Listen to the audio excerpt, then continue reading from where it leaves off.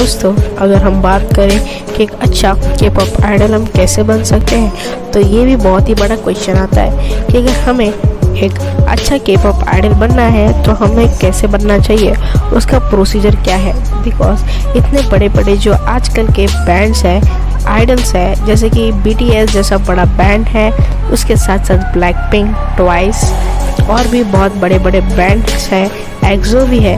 उन्हें देखकर तो हमें ये लगता है कि इन्होंने बहुत मेहनत की होगी। और अगर आपके माइंड में ये डाउट है कि एक के-पॉप आइडल कैसे बनते हैं, और अगर आपको भी उसमें इंटरेस्टेड है, आपको भी एक के-पॉप आइडल बनना है, तो आज आप सही वीडियो में आए हो।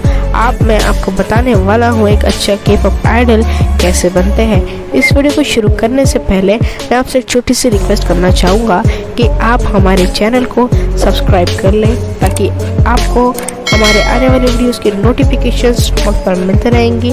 और चलो इस वीडियो को लाइक भी करना और ज़्यादा से ज़्यादा लोगों को शेयर करना। तो चलो शुरू करते हैं इस वीडियो को।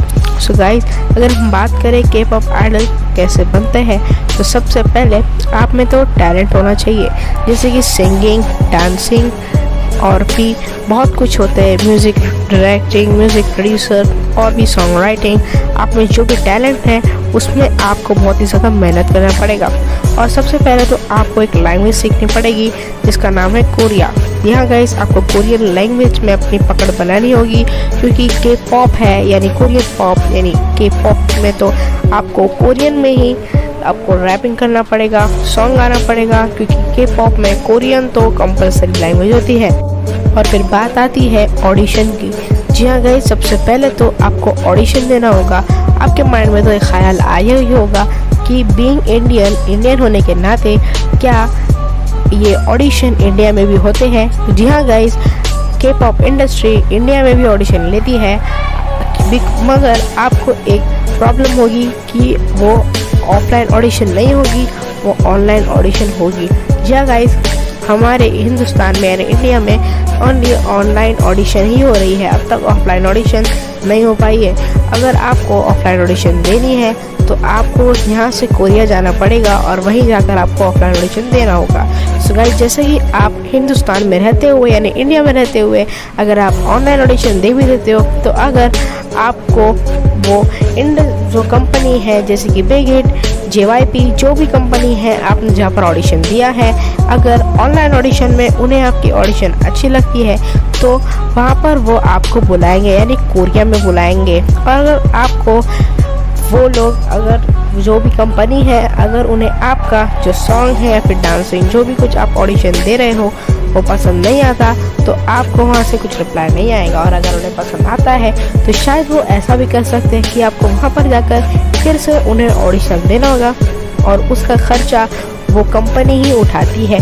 और जैसे कि आप वहाँ पर जाओगे तो वो सिर्फ आपके रहने, खाने, पीने और सबका खर्चा उठाएगी, आपके फैमिली का खर्चा नहीं उठा सकती है। वो साफ साफ वहाँ पर दिया गया होता है। और साथ ही साथ आपको बहुत वहाँ पर जो भी ट्रेनिंग्स होंगे उनके साथ आपको रूम शेयर करना पड़ेगा, आपको सेपरेट रूम नहीं मिलेगा।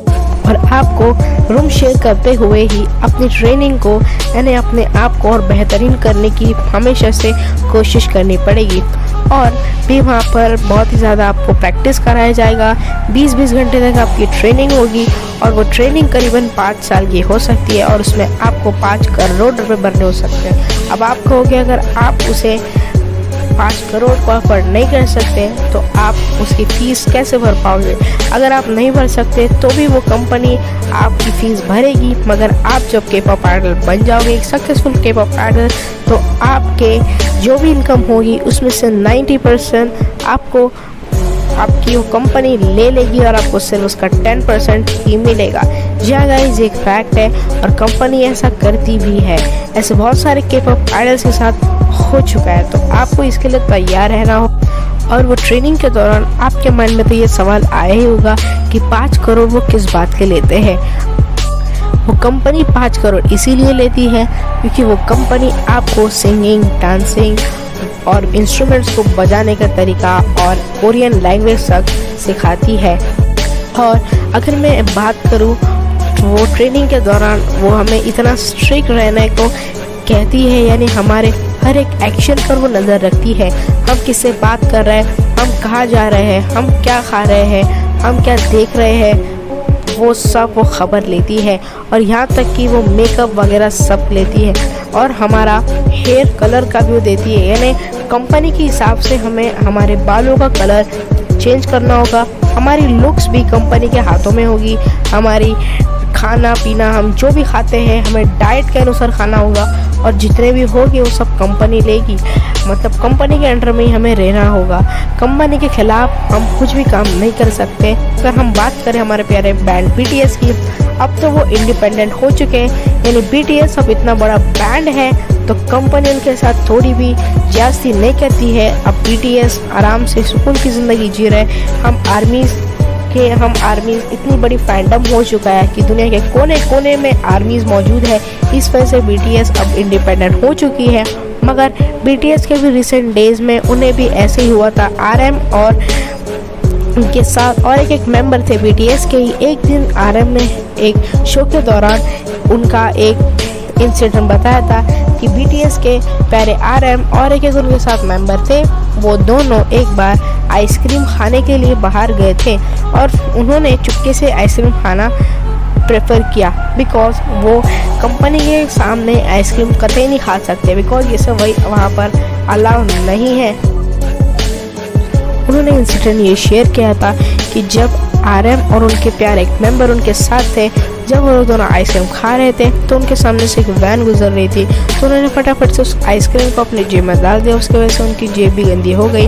उन्हें ये डर था कि वो वैन में कई BTS के कोई मेंबर या फिर कोई भी लोग जा तो नहीं रहे हैं, यानी BT एंटरटेनमेंट के कंपनी के कोई स्टाफ तो नहीं है। उन्हें ये डर था, इसलिए उन्होंने डाल दिया और ये खौफ के कारण उनका जेब भी गंदा हो गया था बिकॉज बहुत ही ज़्यादा स्ट्रिक्ट उन्हें अपना डाइट रूटीन फॉलो करना पड़ता है। सो अगर हम और भी बात करें तो आपको बहुत ऐसे मुश्किल और कठिन समय से गुजरना पड़ेगा और जैसे ही आप फेमस हो जाते हैं तो आप इंडिपेंडेंट लाइफ जी सकते हैं। मगर जब तक आप फेमस नहीं होते तब तक आपको ऐसे ही रहना पड़ेगा। और अगर मैं बात करूँ डार्क साइड्स की, उस पर भी मैं वीडियो बना दूंगा।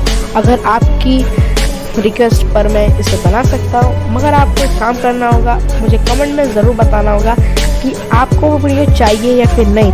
और भी आपको किस भी टॉपिक पर अगर आपको डाउट है, कोई भी आपको कंपनी जैसे कि K-pop इंडस्ट्री की कंपनीज के बारे में डिटेल इन्फॉर्मेशन चाहिए या फिर ऑडिशन के ऊपर और भी डिटेल इन्फॉर्मेशन चाहिए, आप मुझे कमेंट में ज़रूर बता सकते हैं। सो गाइस, यही था आज का हमारा फैक्ट। सो मिलते हैं अगली वीडियो में। मगर इस वीडियो को अंत करने से पहले मैं आपसे रिक्वेस्ट करूंगा कि इस चैनल को सब्सक्राइब कर लीजिएगा और बेल बटन पर क्लिक करना ना भूलें ताकि आपको हमारे आने वाले वीडियोस के नोटिफिकेशन बॉक्स में मिलते रहेंगी। तो मिलते हैं आपसे